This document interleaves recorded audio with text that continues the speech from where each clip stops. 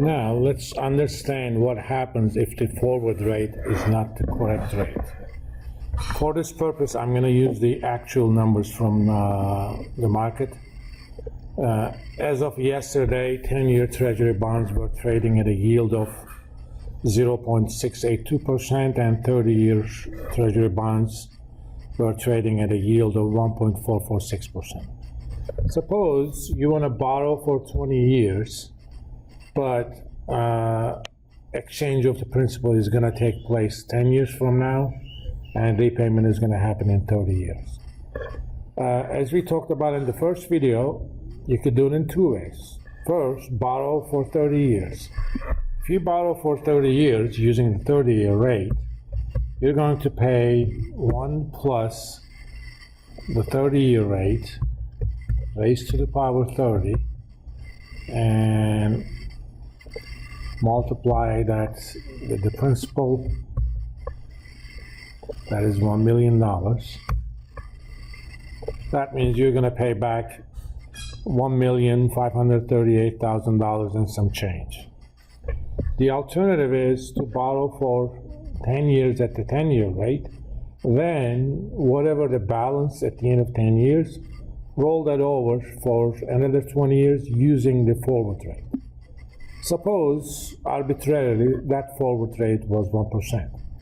Let's see what would happen. I'm going to borrow at the 10-year rate for 10 years. Let's make sure that we put that in parentheses, times 1 plus the forward rate, and I'm going to do that for 20 years, and multiply with the principal. If I do that, assuming the forward rate was indeed 1%, I would be paying $1,329,000 and some change. Obviously, they are not the same. That means I would prefer the second way. The difference is $208,000. Let's suppose there are no bid-offer spreads. If this is the case, I could go ahead and borrow using the second way, which means borrow $1 million now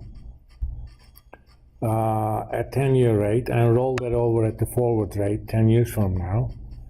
And in the meantime, I could actually, after borrowing that $1 million, I could invest it at the 30-year rate. At the end of 30 years, I'm going to pay $1,329,548, but that $1 million that I borrowed to invest for the 30-year bond is going to give me $1,538,000 and some change, which means I will make money. Well, if you can make money without taking any risk whatsoever, this is called an arbitrage. That means people will keep buying the 30-year bond and essentially selling the 10-year bond. So demand for a 30-year bond is going to go up, which means the price is going to go up, or the rate is going to come down, and similarly, the forward rate will have to go up.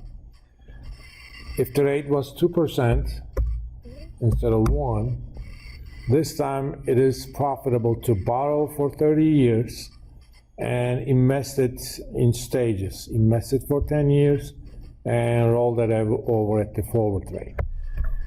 In order to find the appropriate forward rate, you know what to do. Our one trick, we're going to do a goal seek.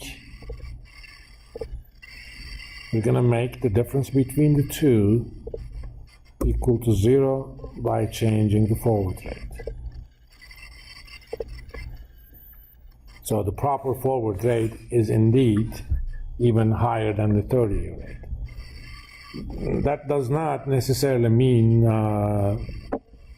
interest rates are going to go up, but market is basically kind of pricing 10 and 30 years in such a way that after 10 years they expect longer term interest rates to be higher. You can use this setup to solve any problem. In fact, I'm going to ask you a homework assignment, and you can go ahead and use this. It's kind of a template and solve that problem.